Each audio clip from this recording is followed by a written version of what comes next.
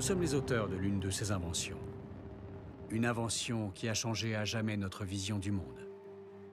La différence, c'est que personne ne connaît notre histoire. Google nous en a dépossédés. Mais nous allons y remédier.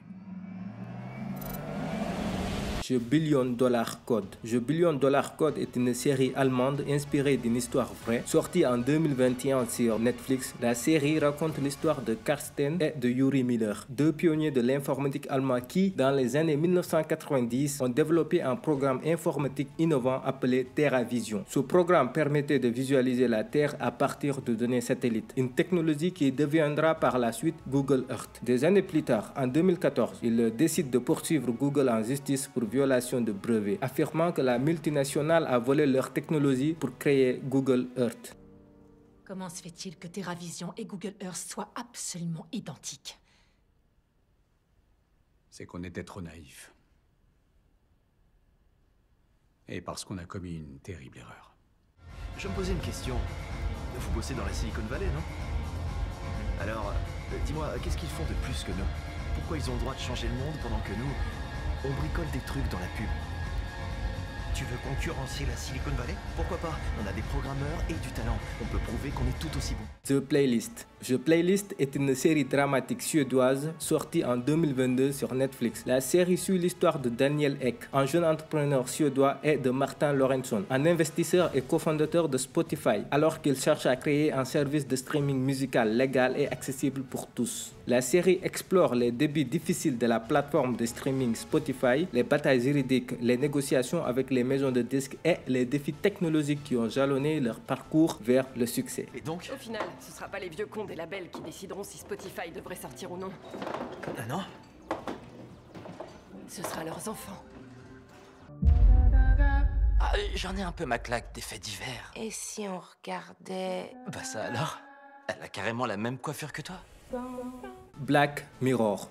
Black Mirror est une série britannique sortie en 2011 sur Channel 4, puis a été reprise par Netflix. Black Mirror est une anthologie, ce qui signifie que chaque épisode est une histoire indépendante avec des personnages et des contextes différents, souvent explorant des thèmes de technologie dystopique. La série se concentre sur les conséquences imprévues de la technologie moderne et comment elle peut affecter la société et les individus. Chaque épisode explore une vision futuriste ou alternative où une technologie a perturbé la vie humaine d'une manière significative, souvent avec des conséquences sombres et troublantes. Il est comment le café? Dégueulasse. Je lui ai pas dit ça comme ça. C'est une des adaptations de la vie de Johan. Tous les abonnés de Streamberry peuvent le voir. Ça va, tout va bien pour vous? Cool. Fiche. Là, je cherche le vecteur initial. C'est la porte qui donne accès au cerveau de sa victime. Mais sa faille, c'est le surf. Quand on pirate une machine, on ne fait pas qu'aligner des lignes de code. On pénètre littéralement l'esprit d'une personne.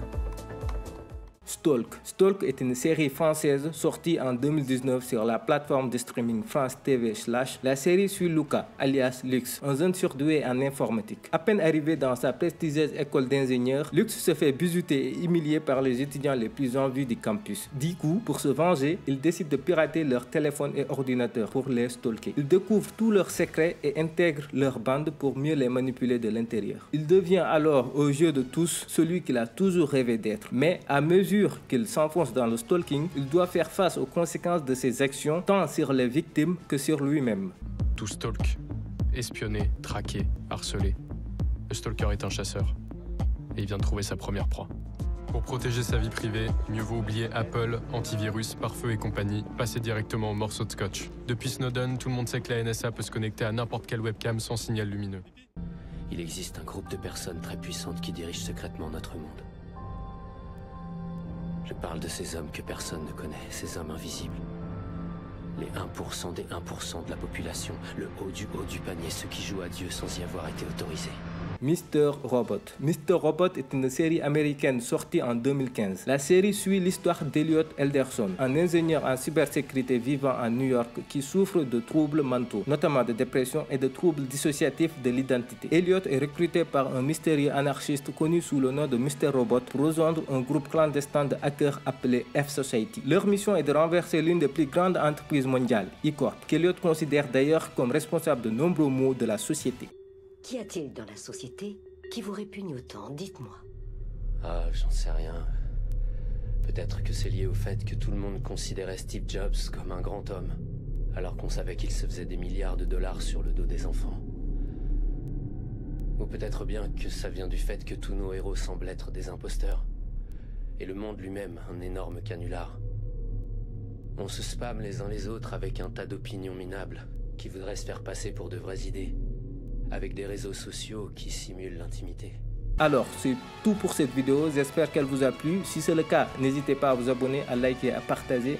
C'était Ninja et on se dit à bientôt. Allez, peace.